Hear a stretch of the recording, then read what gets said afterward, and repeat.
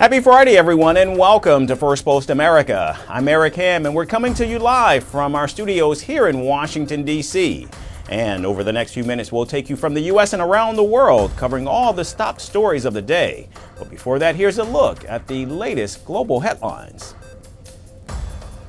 Iran condemns what it calls savage Israeli attacks on Lebanon, urging the UN to confront Tel Aviv's warmongering. This after the IDF struck targets belonging to the Tehran-backed Hezbollah group. Seoul says North Korea has fired a ballistic missile towards the sea off its east coast, roughly a week after President Donald Trump approved South Korea's plan to build a nuclear-powered submarine. The Dutch Electoral Council officially declares Rob Jetten the winner of last week's election, setting the 38-year-old centrist on course to become the country's youngest and first openly gay prime minister. Dozens of people are injured and hospitalized after an explosion during Friday prayers at a mosque inside a school complex in Indonesia's Jakarta. Authorities say they're investigating the cause of the blast. And Grand Theft Auto 6 is being delayed once again, with the game now set to release November of next year, disappointing millions of fans who've waited over a decade for the next installment in the best-selling franchise.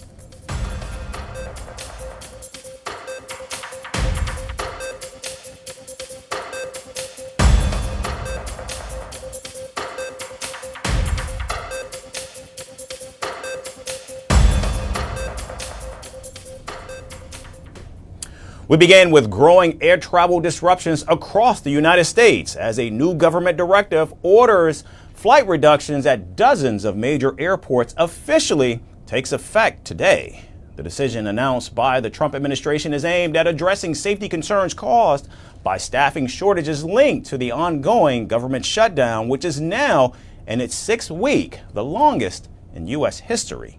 The order requires airlines to cut the number of flights at 40 airports, beginning with a 4% reduction this week that will gradually increase to 10% next week. The directive comes in the lead up to the Thanksgiving travel period, traditionally one of the busiest travel times in the United States.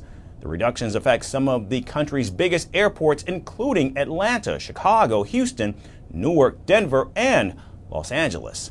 Transportation Secretary Sean Duffy said the directive was based on data and safety assessments, not political pressure. He added that the move was necessary to alleviate growing risk in the system. I'm concerned about disrupting people's travel. We're coming into a weekend. That doesn't, listen, I travel a lot. We are concerned about that. But we had to have a gut check of what is our job. Is it to make sure there's minimal delays or minimal cancellations, or is our job to make sure we make the hard decisions to continue to keep the airspace safe? The immediate impact already being felt at airports nationwide. According to flight tracking website FlightAware, more than 800 flights were canceled already on Friday alone. American Airlines said it will cancel about 220 flights each day as part of the planned reductions, while Delta Airlines canceled around 170 flights and Southwest Airlines about 100. Data from Thursday already showed significant strain on the system, with over 6,800 flights delayed and hundreds canceled as passengers face long lines and wait times at security checkpoints. Like the traffic controllers having to work without pay all this time, I think is just unreal. It shouldn't be, And that 10%, that's going to affect people like in my industry, because I do travel a fair amount. And hopefully they can come to some agreement within this next month. The Federal Aviation Administration says the measures are precautionary and designed to prevent any compromise to air safety. FAA Administrator Brian Bedford explained that the agency wanted to act before safety issues escalated, saying the early warning signs indicated the need for immediate intervention. The government shutdown has left tens of thousands of federal employees, including air traffic controllers and airport security staff, either furloughed or working without pay.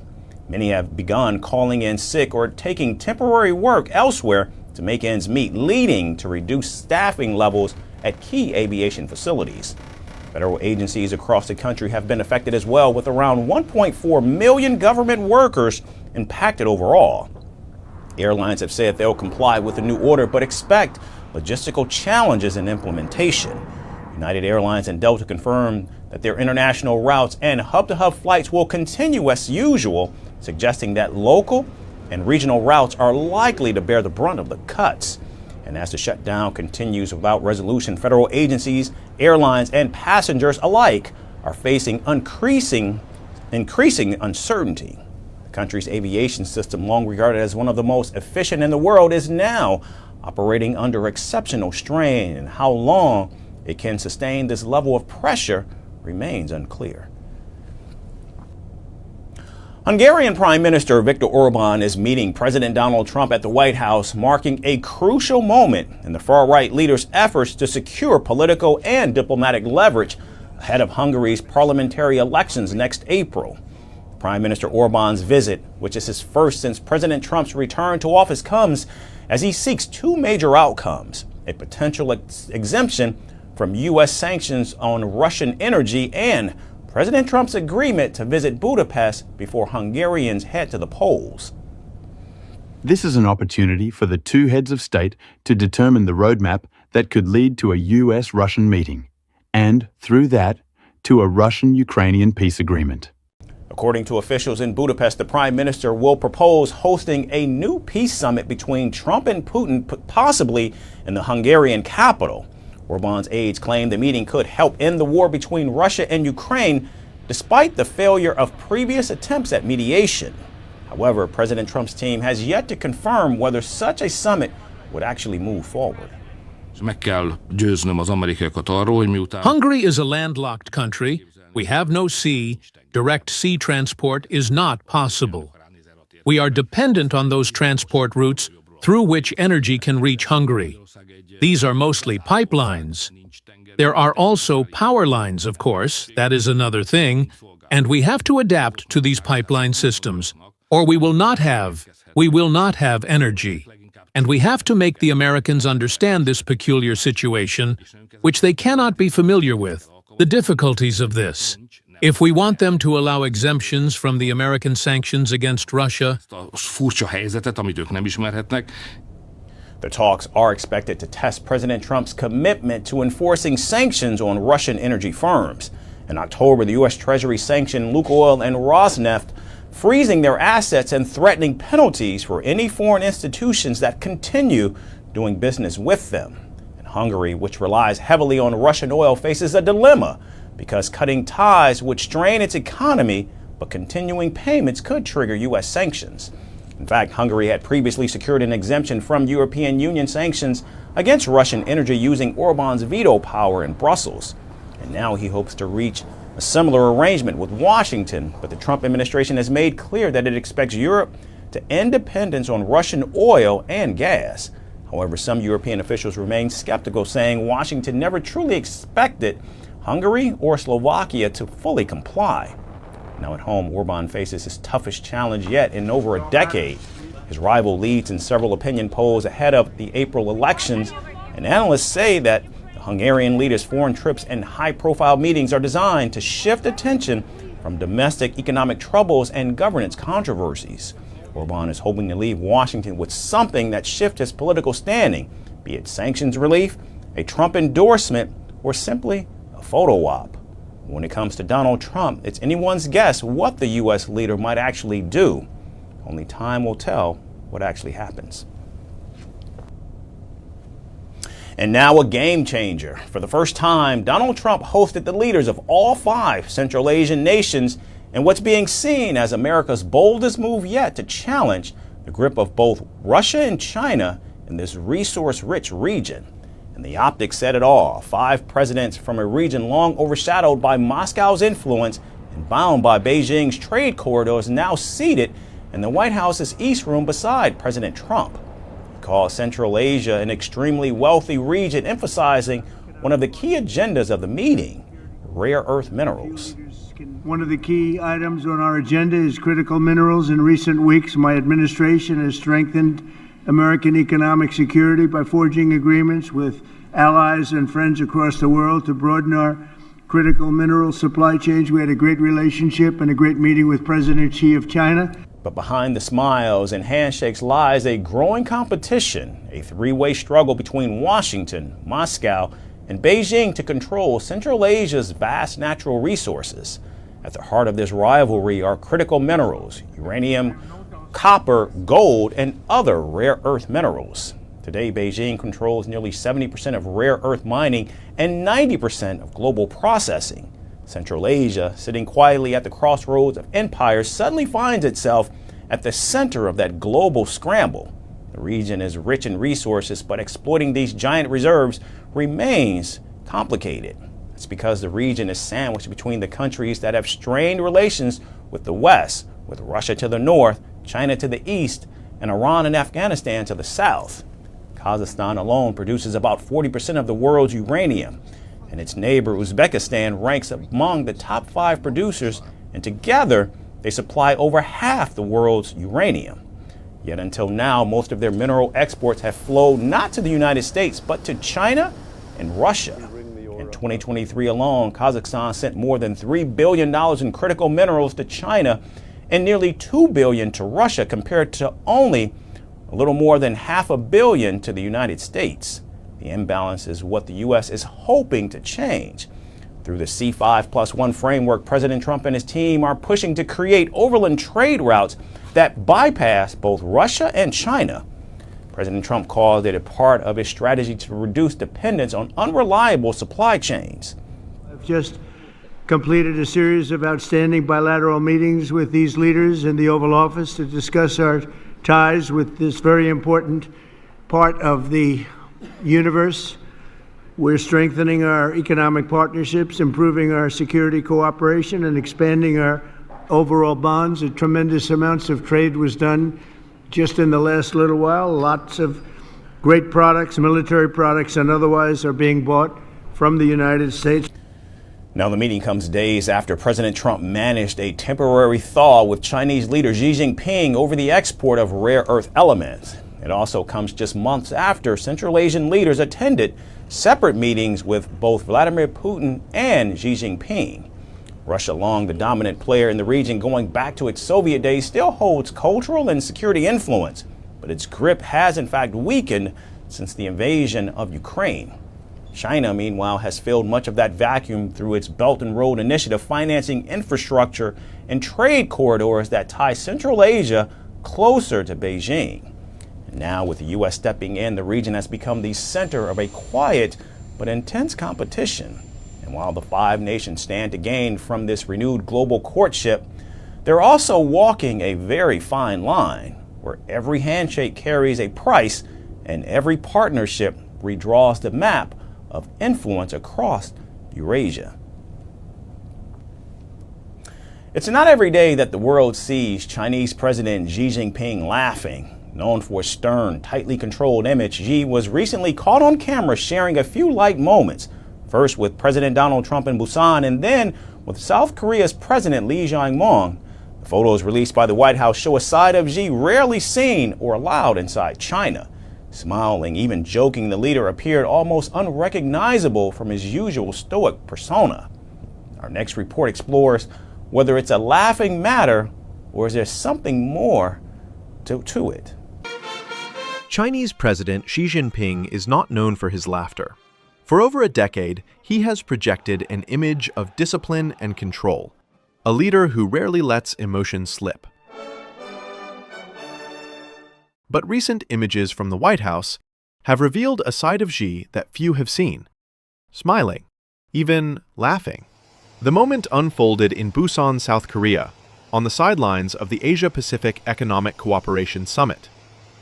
Xi met U.S. President Donald Trump for a high-stakes bilateral meeting at the Gimhae Air Base. The agenda? Soybeans, fentanyl, rare earth minerals, and semiconductors. But it was not the policy talk that caught the world's attention. Instead, it was the pictures. In one, Trump leans across the table, holding a piece of paper toward Xi. The Chinese leader is seen grinning broadly, with Foreign Minister Wang Yi smiling beside him. No one knows what was on that paper, but whatever it was, it got a laugh out of Xi Jinping, and that's rare. Then, just 2 days later, another clip surfaced, this time from Xi's meeting with South Korea's President Lee Jae-myung. Lee gifted Xi a traditional Go board. Xi responded with 2 China-made Xiaomi phones. When Lee asked jokingly, "How is the communication security?" the room burst out laughing. Xi joined in and replied, "You can check if there's a back door." That one-liner, coming from a leader whose government is often accused of installing backdoors in Chinese tech, left many stunned. It was humor, irony, and timing, all rolled into one. But this is not the Xi China sees.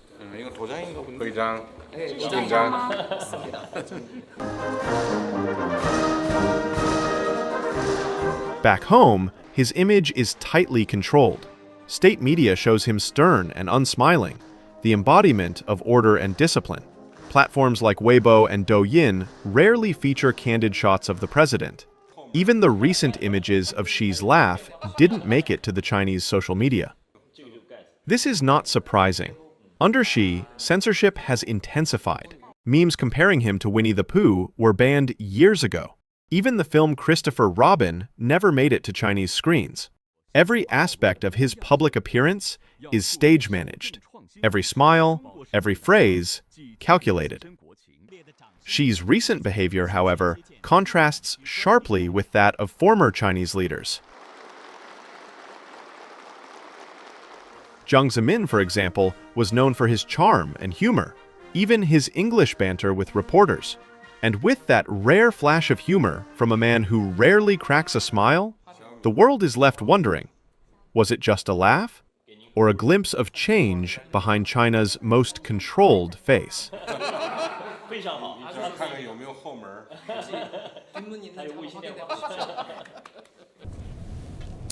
And finally, it seems Donald Trump has found a new manager, artificial intelligence. In his online kingdom, he's not just the president, he's a crowned monarch, a fearless fighter pilot, and even Superman. His Truth Social feed has become a digital theater of self-glorification packed with AI-generated images that praise him and ridicule his political rivals. Now, experts say Trump is the first sitting U.S. president to use AI fakery as a deliberate communication tool, one that could dangerously blur the line between leadership, propaganda, and pure fantasy. Here's our final report with more. In Donald Trump's digital universe, he's not just president. He's also a king, a fighter pilot, and even Superman. Meanwhile, his political rivals are reimagined as crooks and clowns, thanks to a wave of artificial intelligence-generated imagery flooding his social media. Thank you very much. Since beginning his second White House term, Trump has embraced AI-generated visuals as a communication weapon, turning his Truth Social feed into a surreal blend of propaganda and fantasy. Experts say this marks the first time a sitting US president has systematically used AI fakery as part of official messaging.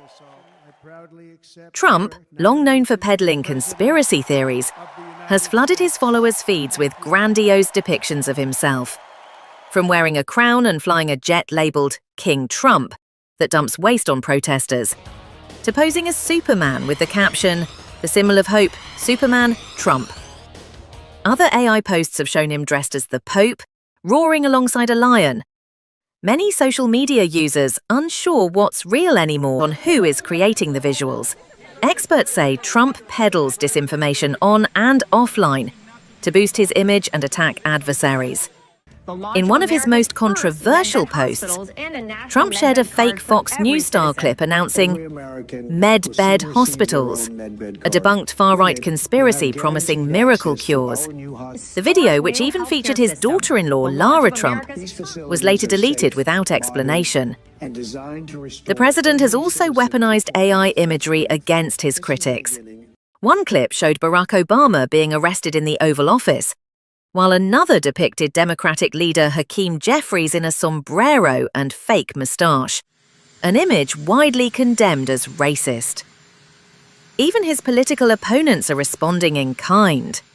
This week, California Governor Gavin Newsom shared an AI-generated parody video showing Democratic wrestlers defeating Republicans, including Trump, captioned, "Now that's what we call a takedown."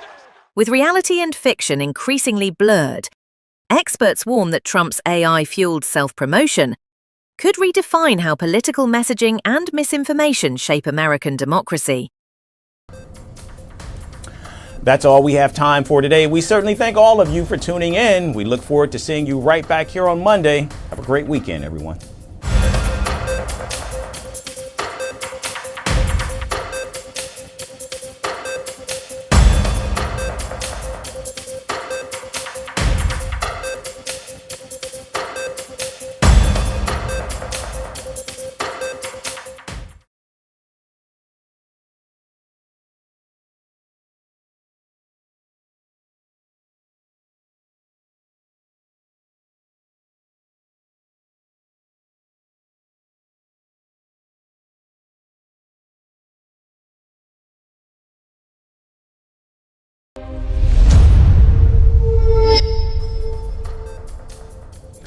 Happy Friday, everyone, and welcome to First Post America. I'm Eric Ham, and we're